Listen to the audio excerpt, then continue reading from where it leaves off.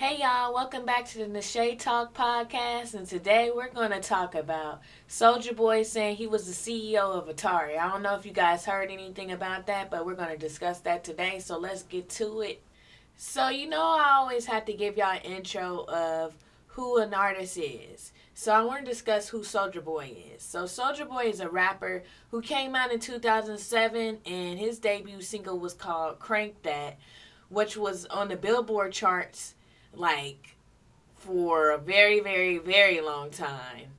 Now, Soulja Boy produced a lot of hits. If I'm talking to the older crowd of my age, they may notice the hits that he produced. But if I'm talking to the younger crowd, I'm gonna get y'all hipped on the songs that were hits. Some of the songs that were hits, because he had a lot of others that were hits as well. "Kiss Me Through the Phone," "Pretty Boy Swag," Rick and Morty. Rick and Morty just came out, y'all, so maybe the younger crowd might notice Rick and Morty. She Make It Clap, Donk, and the list goes on. So Soulja Boy just recently came up with his own game company. It's called Soulja Games. So I don't know if you guys heard anything about this, but we're gonna talk about it.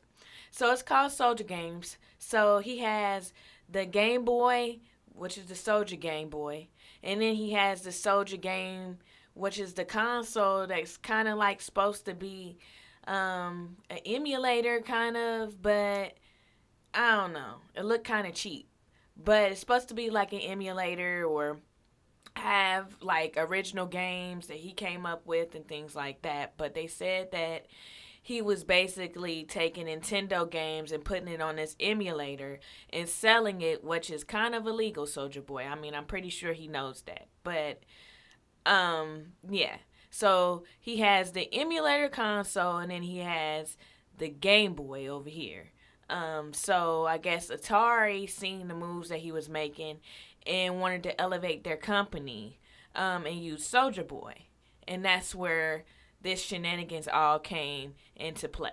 Now, in mid August, I would say about around August 21st or August 22nd, around that time, Soulja Boy announced that he was the CEO of Atari, the gaming company. You guys all know what Atari is. They had the Atari gaming system back in the day, things like that. And I think they still got some other games out that's pretty cool as well. But he says he's the CEO of Atari.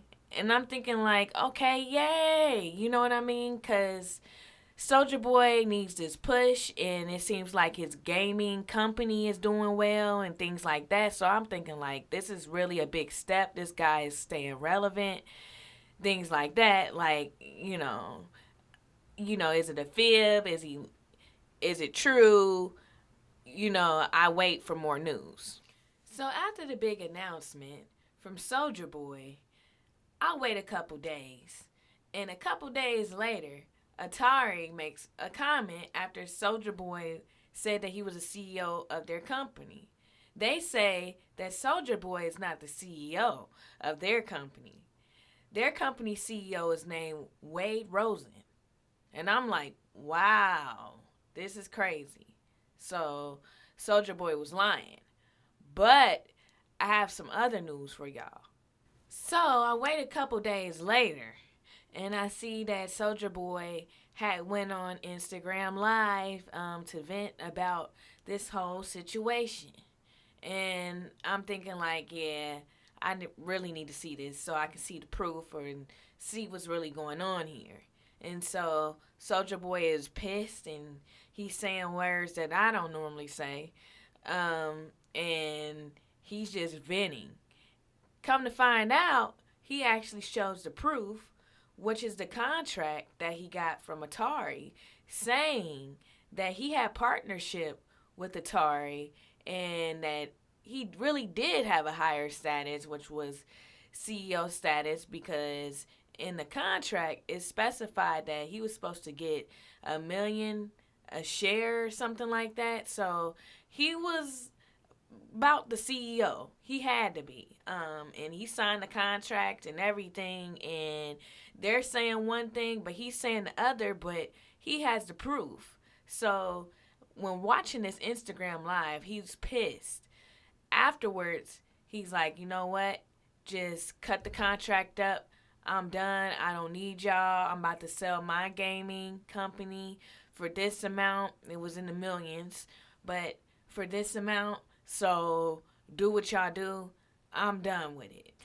So I've been waiting on Atari's response, but I haven't heard anything from them.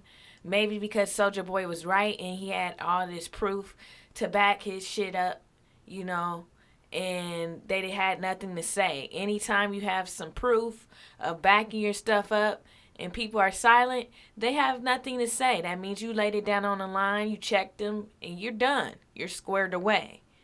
So I wonder how Soulja Boy is going to take this situation and implement it in his own gaming company, or even, if he decides to do another gaming company. I wonder what he does. And Soulja Boy is worth $30 million. I was surprised at this because he came out in 2007. So to me, it's crazy that he stayed relevant, in between those times. And even now, he's relevant to even some of the younger crowd that may know who Soulja Boy is. So that's a big deal. So anytime he's doing a business move, it's just to get more under his umbrella, more added on to his empire. That's what I mean. Once again, y'all, it's your girl Nashay, and don't forget to like and subscribe for more updates.